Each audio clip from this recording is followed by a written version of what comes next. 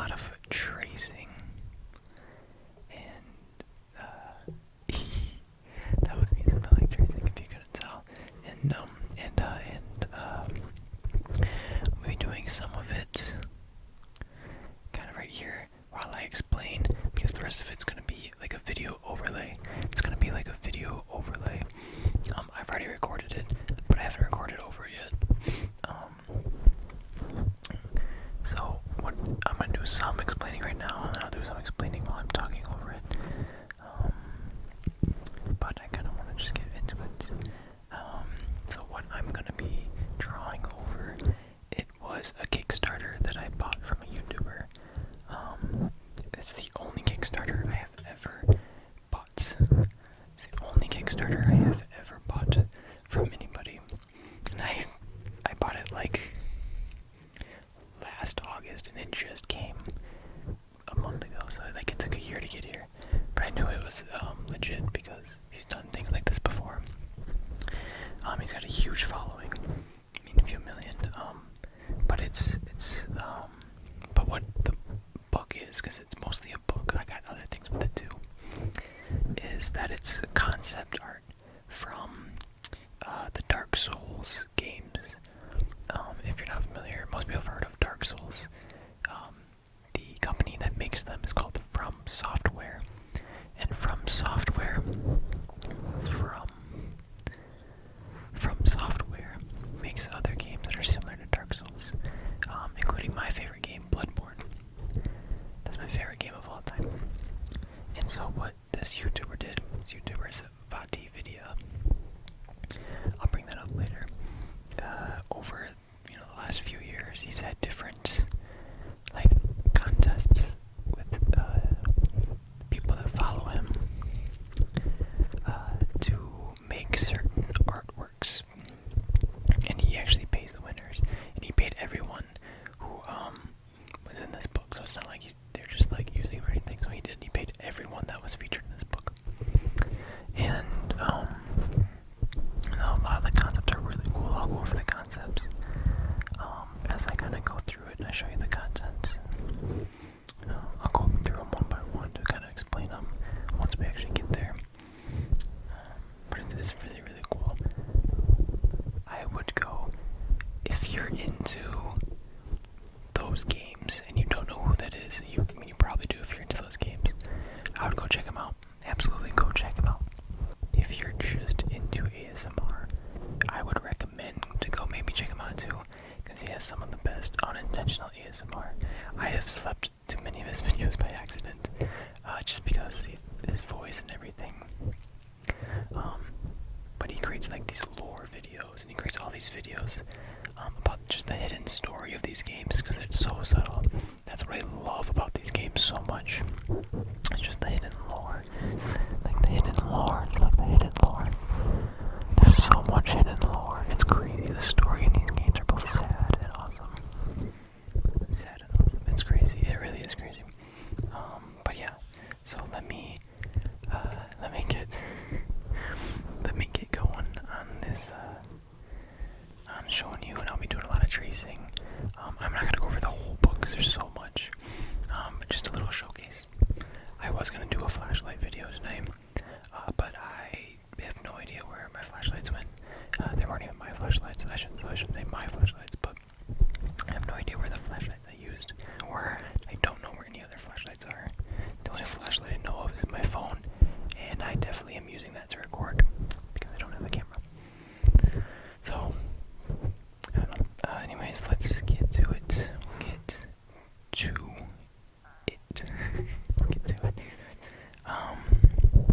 Yeah, I don't know. Hopefully I explained everything I meant to. Yeah, let's get to it. Okay, so here we go. Here is this book. Now this is a few things that I got. As you can see right here, there's a bookmark. I got this bookmark with it. Very cool aesthetic.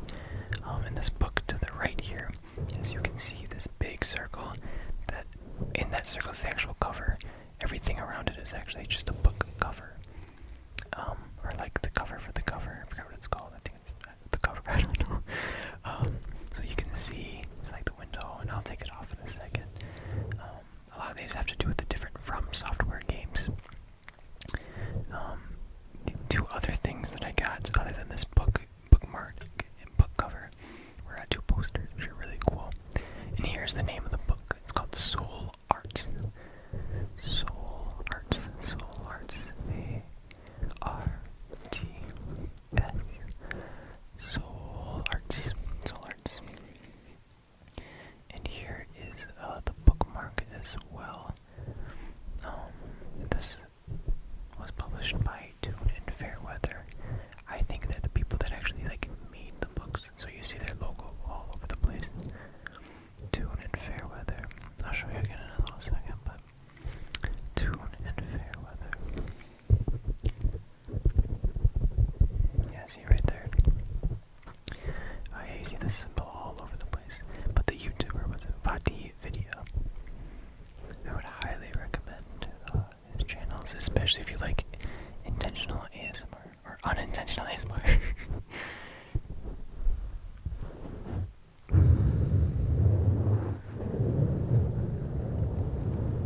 Sorry about the background and everything, and then the glare is kind of an issue too a little bit, but I don't know how people do these top-down videos. I keep hitting the camera the whole time, and it's so in the way. I don't know, but this is the cover. It's so amazing. It's a little bit from every game. It's I don't even know how to describe it. It's just amazing, and that is one of the posters I have as well. I even framed it. It's amazing. So here we go. Here's the inside. Here's the inside kind of cover. Oh, here we go. Here's the first page. So here's the Soul Arts, and here's just a little look at some of the concept.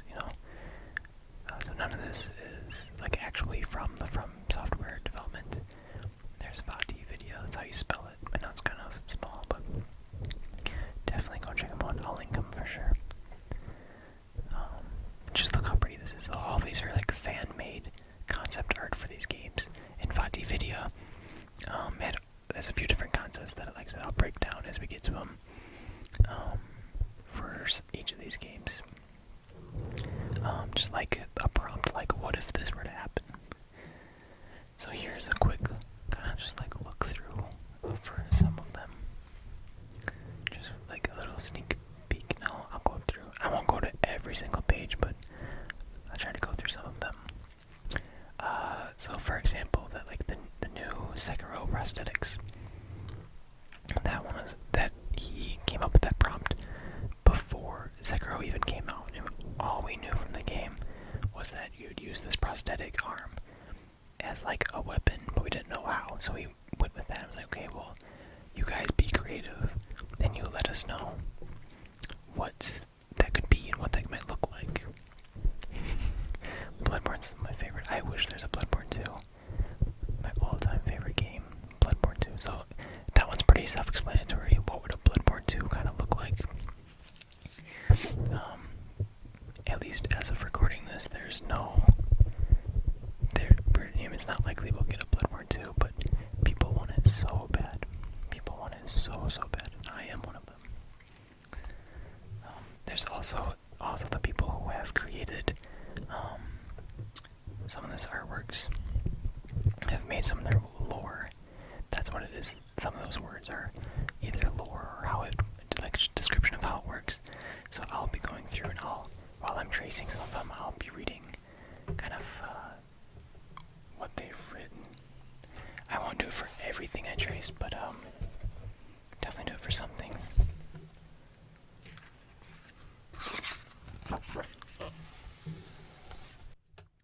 So this one's really cool. This one's called Rotten Dragon. Legends tell of a cursed dragon who once terrorized the inhabitants of Imishima Island. It would eat anything, livestock, crops, children. Soon the islanders were left with nothing, so they stole away in the night, sailing ships to faraway lands hoping to find a new home. Left without a source of food and unable to make the long fight to neighboring items, the dragon died, a victim of its own desire. Hundreds of years later, a lone voyager finds the rotting vertebrae and transports them across the sea, where they fall into your hands. Fool that you are, you forge these obsidian bones into a prosthetic weapon, one that has a lingering tendency to go for the throat. That's pretty cool, and that kind of breaks it down into what different attacks could be, using the different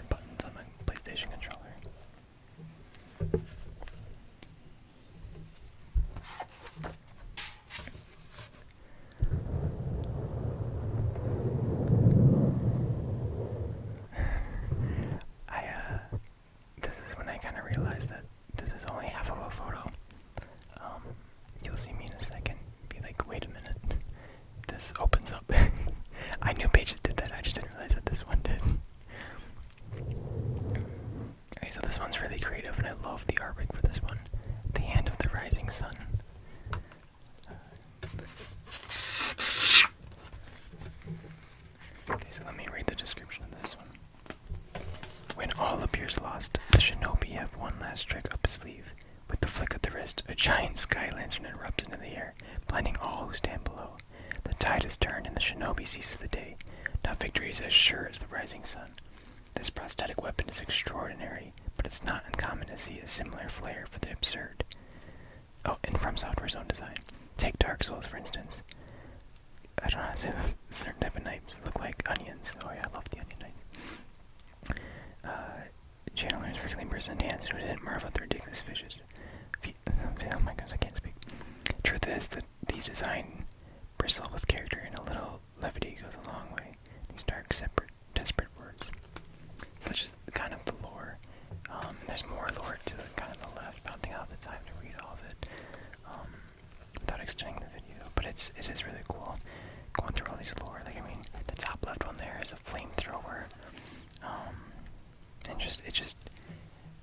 it details how it works and all of that. And then here, this one is really cool that I'm showing now. This is one of my favorite Sekiro ones. I wasn't a big fan of Sekiro, the game myself, but I love the design for it. Motorized pulley system makes use of the grappling hook cord, allowing for complete control of each length of the blade. But it's called the Mantis Blade for obvious reasons. This weapon is inspired by the mantis, an insect with the raptorial forelegs that snap out to grasp at prey. Likewise, the Mantis Blade stores tension in a compacted form before bursting forward with incredible reach. 5 prosthetic weapons are designed to deal with groups of enemies, but the Mantis Blade excels in this scenario, using enemies as projectiles and causing chaos within their ranks. So that's pretty much that one. I mean,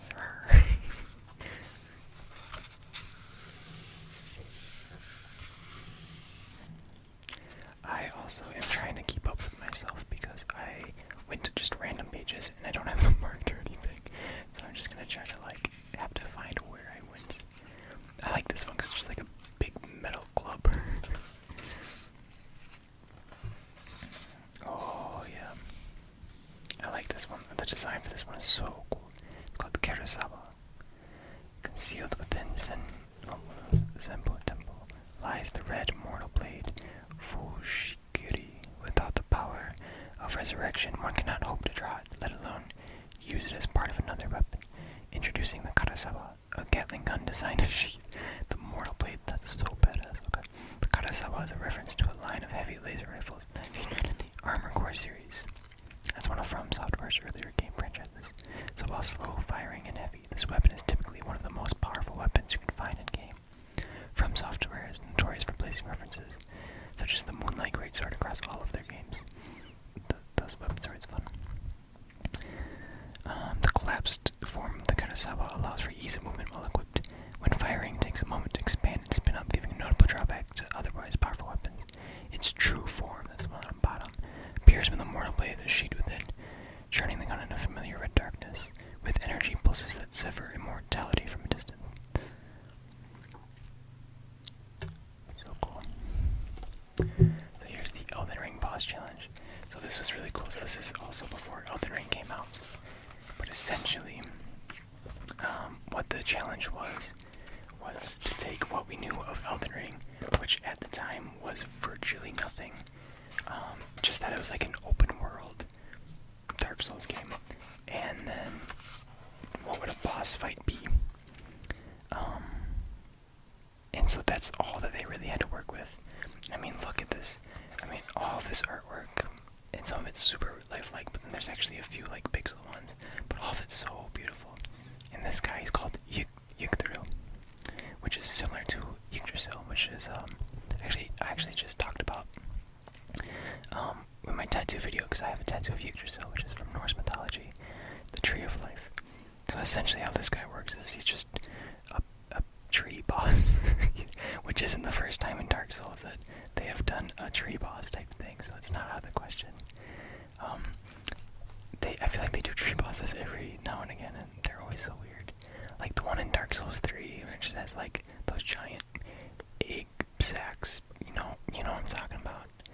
What the fuck was that? I don't know. I'm not sure. But the lore of this guy, they do talk about how its fighting combats would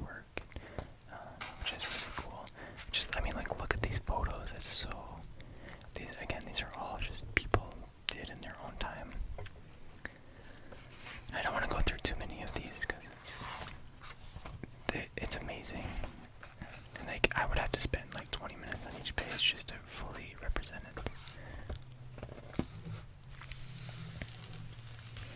I hope you like the page turning I'm doing on my end, because obviously I'm just gonna mute the video overlay. I hope it's not too loud or anything. I can never tell until, even when I'm editing, I can never tell how loud things are, because then once I upload it, it's completely different. But anyways, I love this photo. This is one of my favorite photos in this whole book. It's from Elden Ring. But it very much reminds me of the Orphan of Cos plus boss fight in Bloodborne. It's the last boss. I guess how you play the DLC, but it's last boss in the DLC. Is known as one of the hardest boss fights in all of, pretty much all of the games. I don't know how to pronounce this boss though. Nukalavi, I don't know. Demon of the Orchidians, terror of the forlorn shores. It's no coincidence that such a being has fought amidst wrecked ships and fallen sailors. The vile creature is a fellow man, a bringer of calamity, famously held responsible for droughts and epidemics. The Nukalavi is best fought on horseback, as it has many tricks that restrict the coastal arena. Its plague breath lingers, locking off certain sections. Fight near corpses and they may rise to claw at the player. Those inclined to dismount form a stationary target, driven mad by the disastrous gaze of its unshielded eye. The last point hides a clue. When its eye closed, one may lure the beast into nearby debris. Combine the wicked eye, hoof, and spine as you defeat a foe. To defeat a foe to craft the, made-up great staff. Yeah, just a little bit more lore. Oh my goodness, look at this. I mean, I'm sure my camera isn't picking it up, because again, I'm just using my phone camera. But the colors in the real life, this is just some of the best artwork ever. It's amazing. It's absolutely amazing. Oh, like, look at this. I'm sorry that, the glare kind of ruins it a little bit, but absolutely just look at that. I also play a lot of Dungeons and Dragons, but I'm obsessed with Dungeons and Dragons, so, and I've completely homebrewed my own world that my players are playing in, and that was like a third of the reason why I bought this book, was because I was actually just like looking at some of these images and then just I don't even necessarily care about the lore aspect that the creators have made, but just to add my own lore to fit into my own world using these pictures as like concept design for my own homebrewed world.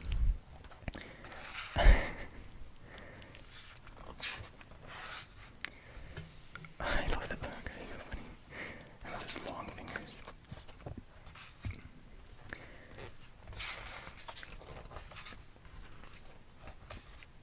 Unseen Lands of Dark Souls. So for this one, in the Dark Souls game, so there's 3 Dark Souls games, and there's always mention of certain, lands, whether it's in the lore or people mentioning them. So for this concept was, what would some of those lands look like from the lore that we know? What would they look like? And one of them I really, really love, and you'll see why. If you know Dark Souls, then there's one person, oh, here we go. There's one person that everyone absolutely loves. I forgot his name, because it's been a while since I played Dark Souls, but he is that onion guy. And this is like the land of onion people. He's such a nice NPC, I love it. So let me read some of this lore. Described as a jovial country brimming with drink and cheer in equal measure, Nolan's rendition of Katarina brings a note of levity to these dark pages.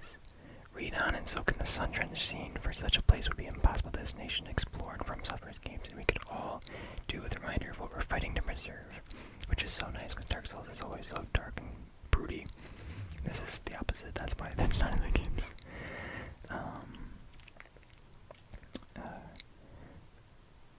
It's talking about how the artist chose a dungeon, but even the dungeon is open affair and rarely houses serious criminals.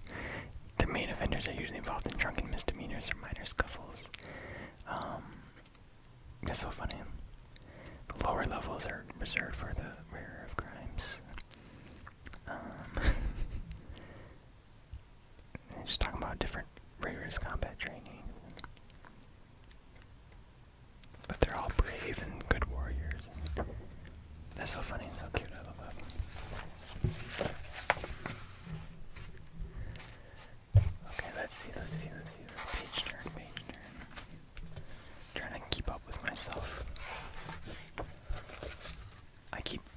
When I was going through here, I kept looking at the time and being like, oh crap, I'm taking longer than I thought. And then I'm over here reading, be like, whoa, it's like, slow down. And the reason why I stopped at this picture was because of, speaking of D&D, my world that I made actually was filled with giants, and I didn't know this picture existed until I bought the book.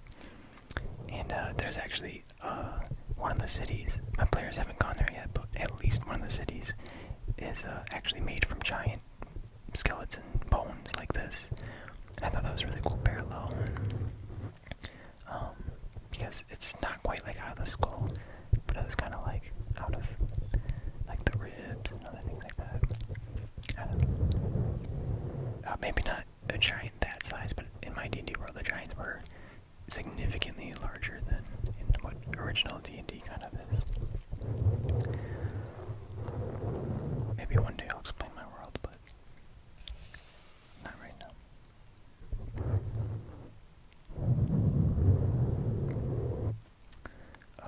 But isn't this just great, like, concept art for, like, anything? I mean, especially, like, inspiration for, like, coming up with D&D ideas. Absolutely.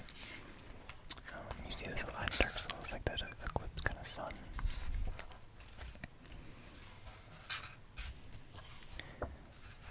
A lot of this is pretty straightforward, kind of Dark Souls things. Now this one, Demon Souls. So I started playing Demon Souls, but I actually never finished it.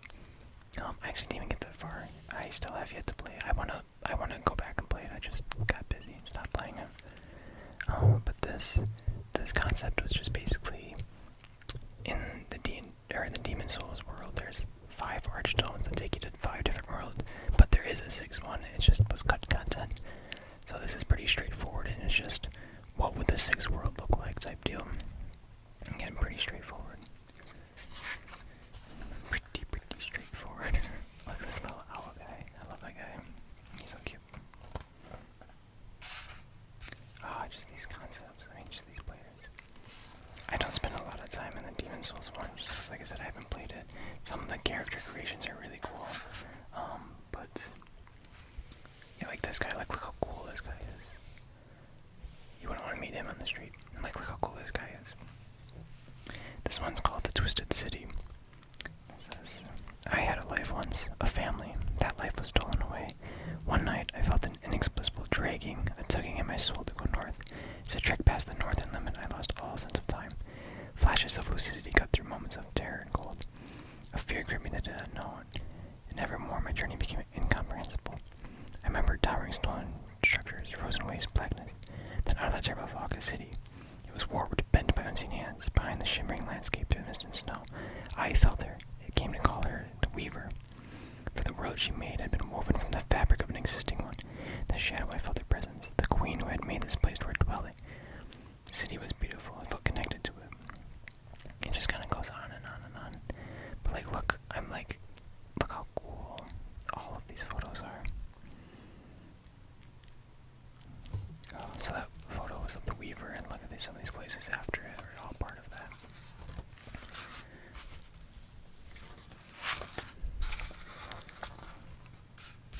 Such great concepts. It like makes you hyped for things that aren't. Look at this guy. It reminds me of like Ryuk or something from Death Note. So like it almost like makes you hyped for things that just aren't gonna happen, which kind of sucks. But it's just such cool ideas. I love potential in things. Like Star Wars. I love Star Wars, and Star Wars has such huge potential, but they usually don't. They usually don't accomplish the potential, unfortunately. This is called The Last Scream. It's basically just a demon, hungry yeti living in the mountains before it became a demon. Just reminds me of the Alaskan bullworm. It's big. It's mad. It's scary. It's pink.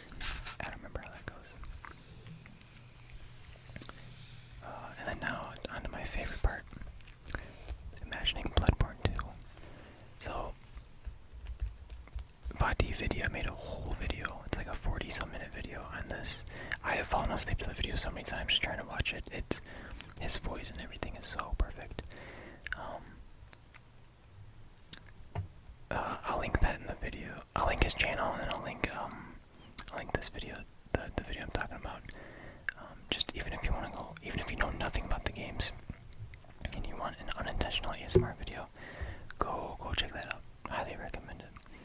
But I love Bloodborne so much. The lore, it's so sad, and you would never know if you just played the game like how I did, or how most people do.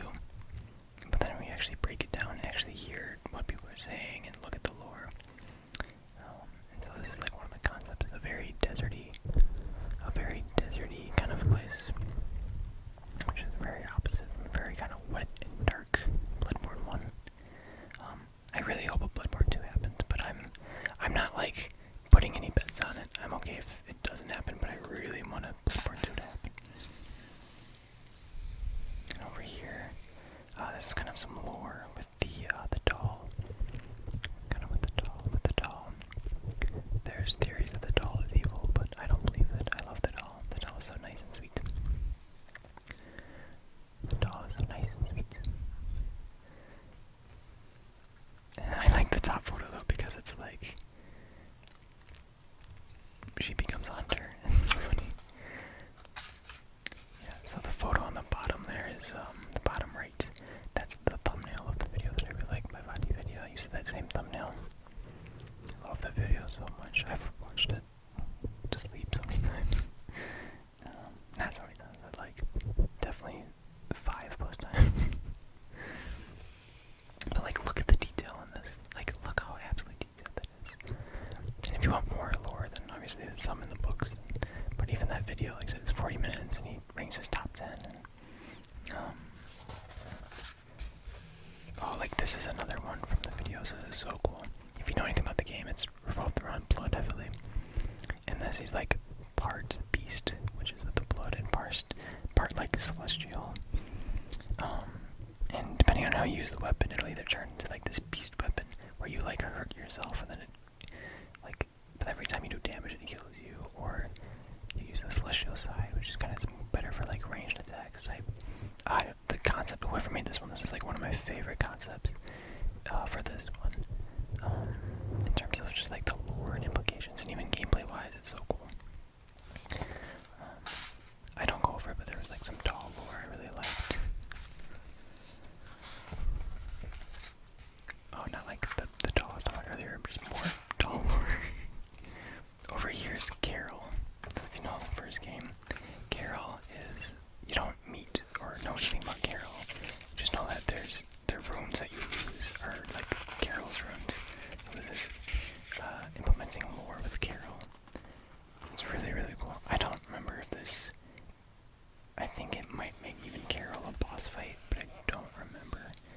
I know there's a really long lore that it's saying right now, so I know I won't have time to read it. But like, just look at this character design. I would love if this was a boss fight. It's very boss fight-esque.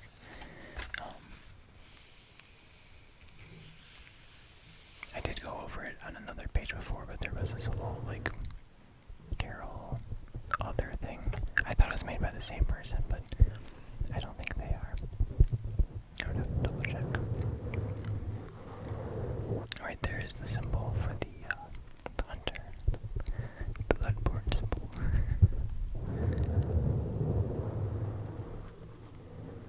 Man, I was playing Bloodborne the other day, and oh my goodness, I still love the game. Hundreds of hours in the game, and I can never not like that game. And this one, there was a lot of ship and underwater themes for some reason. A lot of people had the same idea. It's really cool how they all came out different conceptually and gameplay-wise. It's really cool. Right there, I wasn't sure how inappropriate that would be, so I kind of covered it up for a second. I mean, it's not like it's fully inappropriate, but I don't want to get flagged for something stupid like that. Around here is kind of when I think I realized how little or how long I was already recording. So I was like, okay, let me just kind of flow through here. that kind of just brings us to the end. I hope that was okay for all of you. I hope it was okay, and it just hope it was kind of relaxing. I felt like I was kind of flying through there when I was trying to read stuff, but